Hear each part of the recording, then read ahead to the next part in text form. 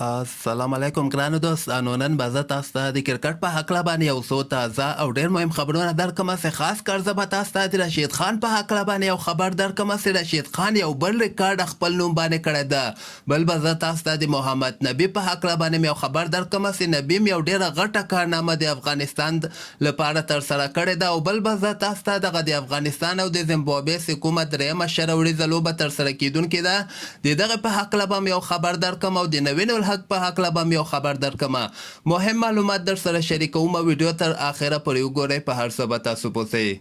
راځم اول زه تاسو ته وایم چې د افغانستان او د زیمبابوې دریمه شروریزه لوبه چې کومه ترسره کیدونکې ده، دغه لوبه که خیر سبا ته ترسره کیدونکې ده، یعنې د سې شنبې په ورځ باندې به دغه لوبه ترسره کیږي او 3:30 بجې غرمې ټایم کې د افغانستان په وخت باندې به دغه لوبه شروع کیږي. او امکانات ډېر زیات دي چې په دغه لوبه کې به د افغانستان 2 تبدیلیانې وکړي.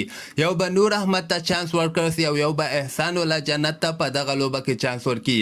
نور احمد ته به دغه د کریم جنت یا نجات مسعود په ځای باندې موقع ورکړل سي او دغه احسان الله جنت ته به د درویش رسول یا عثمان غني په ځای باندې موقع برابر سي. نو ګوره سبا ته به نور به قایم هغه 11 لوبغاړي چې تېره لوبه کې لوبېدلي ول، هماغه لوبغاړي به یې صرف دغه 2 تبدیلیانې به ورکړي افغانستان کې. او دغه لوبه کې ما تاسو ته یو اپ ښودلی و ICC.TV. دغه تاسو سره ډاونلوډ کړئ. په آیفون موبایل کې هم کار کوي، په انډرایډ موبایلو کې هم کار کوي. خو دغلته اول چا موبایل کې کار نه کوي، اول هغلته یو فورم د هغه ډک کوي، خپل ایمیل ورکې ولیکئ، خپل نوم ورکې ولیکئ، خپل یعنې عمر ورکې ولیکئ. هغې نه وروسته بیا ایمیل نه وریفای کړئ او کوم ایمیل چې تاسو دغه ویبسایټ کې ورکوئ هماغه ځای نه وریفای کړئ. بیا به که خیر تاسو په ډېره ښه کوالټۍ باندې بغیر له اعلاناتو نه د افغانستان دغه لوبه لایف کتلی سئ.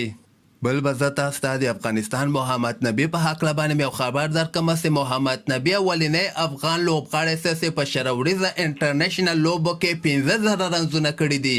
یعنې دغه نه مخکې هیڅ کوم افغان لوبغاړی په شروریزو لوبو کې دومره زیات رنزونه نه دي کړي. نبي اولنی افغان لوبغاړی چې 15,000 رنزونه یې پوره کړي دي، چې دغه یو ډېر ښه خبر ده د افغانستان لپاره. خو رشید خان چې کوم غټ ریکارډ جوړ کړی ده، دغه کې رشید خان دغه انټرنیشنل بالرانو کې دریم مقام ترلاسه کړی ده.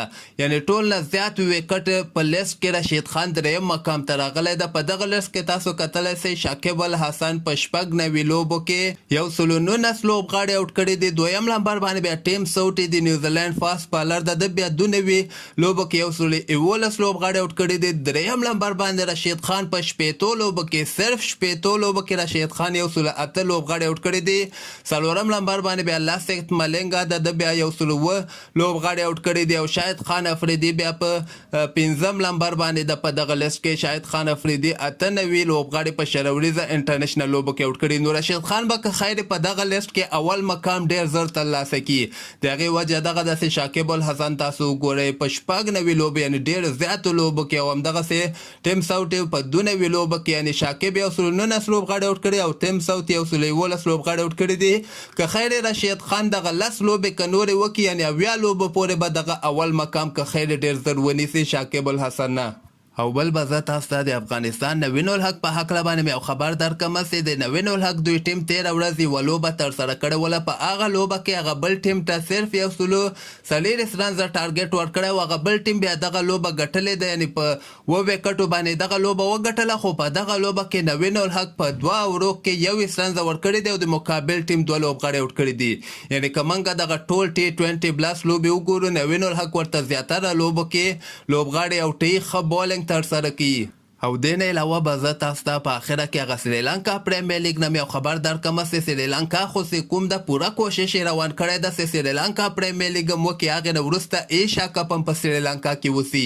سریلانکا کرکټ بورډ بیا دغسې خبر ورکړی ده چې که خیر دغه سریلانکا لیګ کې به انټرنیشنل لوبغاړي موږ اخلو او د دغه ډرافت به ډېر زر وسي، کیدای شي د همدغه میاشتې په آخره کې وسي یا د جولای میاشتې په سر کې د سریلانکا لیګ ډرافت وسي. ګوره چې څومره افغان لوبغاړي په سریلانکا لیګ کې اخیستل کیږي سریلانکا لیګ به که خیر یو 13 جولای باندې شروع کیږي او 21 اگست پورې به که خیر دوام کوي یعنی تقریبا 22 شپې به سریلانکا لیګ دوام کوي نو افغان لوبغاړو لپاره ښه چانس ده ځکه سریلانکا لیګ هم یو ډېر ښه لیګ ده دغه څومره لیګونه د سریلانکا لیګ بنگلاديش لیګ پاکستان سوپر لیګ یا T20 پلس دغه د افغانستان لوبغاړي چې دغلته لوبیږي هغه ځینې دوی تجربې ترلاسه کوي نو همدغسې تازه خبرو لپاره تاسو دغه چینل هم در سره سبسکرایب کولی شئ